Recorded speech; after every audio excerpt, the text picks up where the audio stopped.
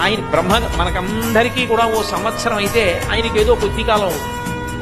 అటువంటి బ్రహ్మగారు కూడా కాలమునందు శరీరాన్ని విడిచిపెట్టేస్తారు. విడిచిపెట్టేస్తే బ్రహ్మస్థానంలోకి కొత్త బ్రహ్మ వస్తాడు. స్వామి హనుమ ఇప్పుడు కలియుగంలో గంధమాదన పర్వతం మీద ఉంటారు.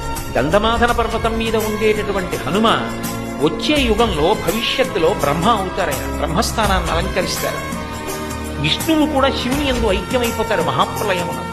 మర్త్యలోకం అంటే ఇప్పుడు మనందరం ఉన్నటువంటి లోకం. ఈ లోకంలో ఎవడైనా పుట్టాడు అంటే ఉన్నాడు అంటే వాడు వెళ్ళిపోవడం తథ్యం, వాడు ఉండడం. ఇక వెలుగి ఇవ్వగలిగినటువంటి సూర్యచంద్రులు కూడా ఆగిపోతారు.